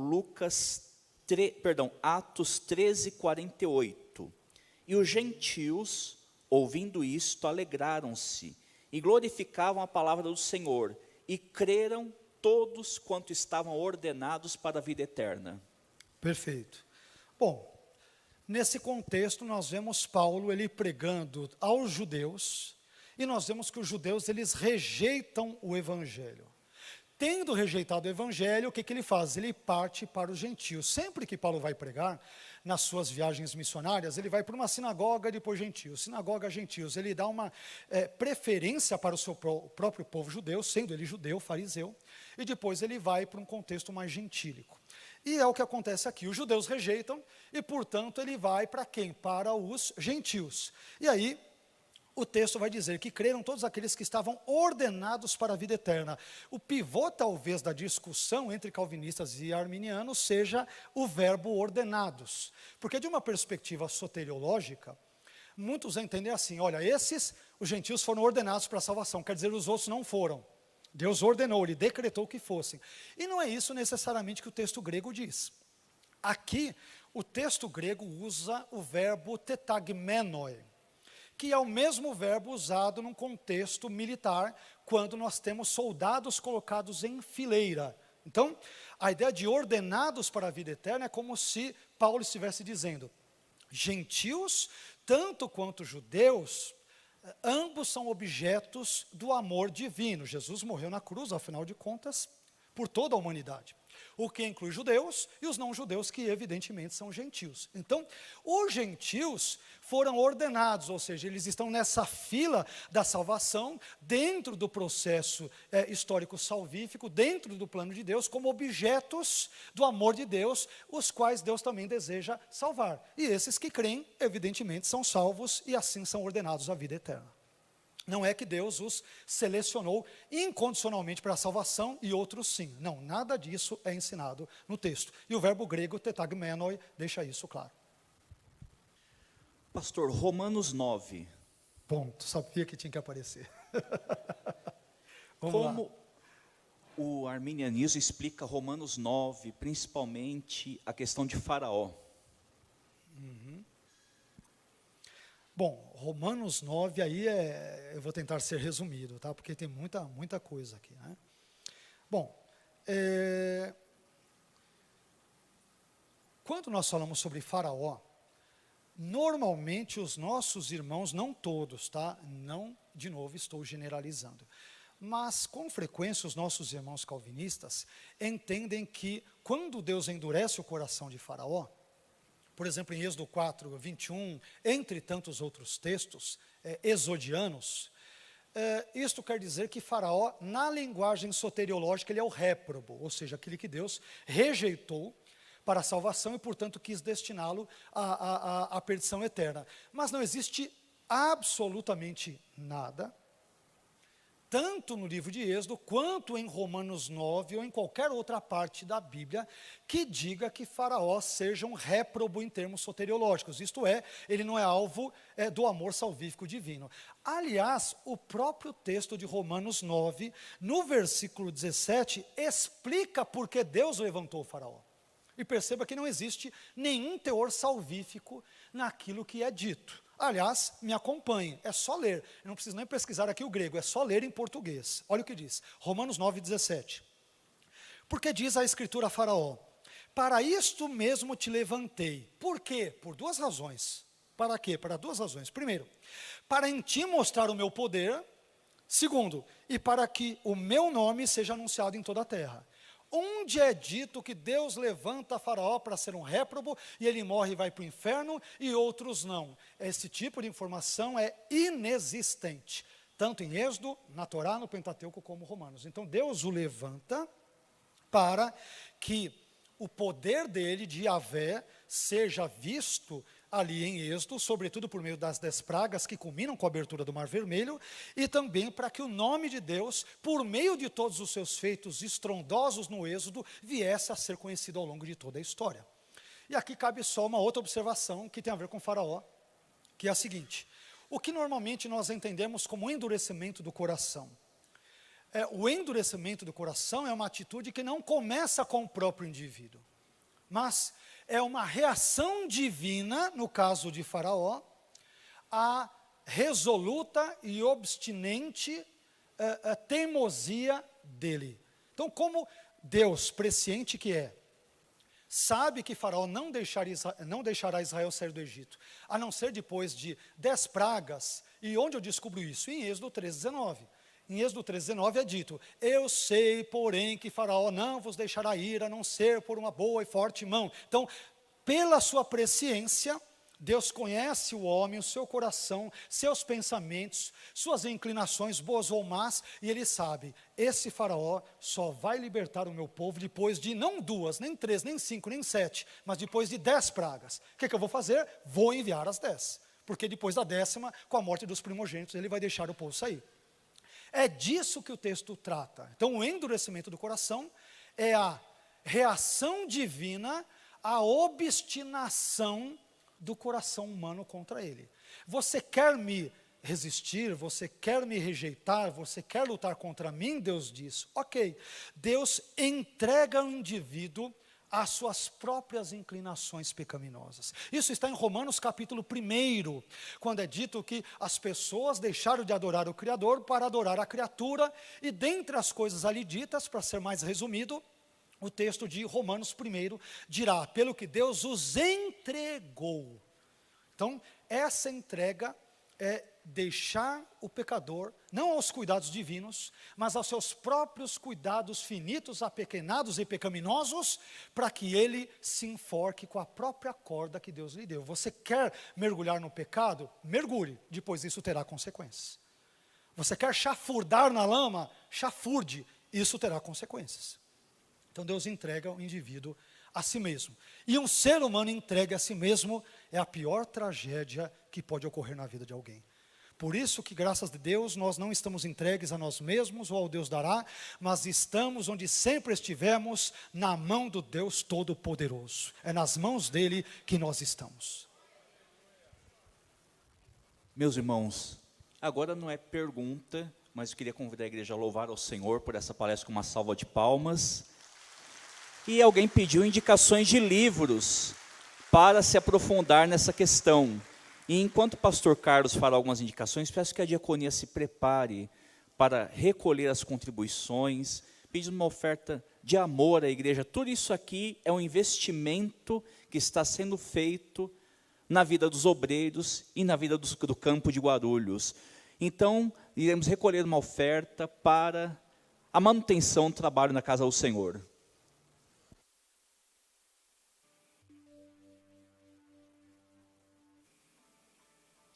Bom, algumas indicações de livros. Eu diria que um dos livros mais emblemáticos sobre arminianismo em português é a obra Teologia Arminiana, Mitos e Realidades, do Roger Olson, da editora Reflexão, onde ele busca refutar 10 mitos sobre o arminianismo. Então é uma obra que eu diria importante. Outra obra da mesma editora Reflexão é a obra Graça para Todos, que ela vai tratar dos 5 pontos aqui mencionados, com uma série de outros detalhes. Temos obras muito boas também, evidentemente, no contexto assembleano, como, por exemplo, a Mecânica da Salvação, do Silas Daniel, que é muito boa.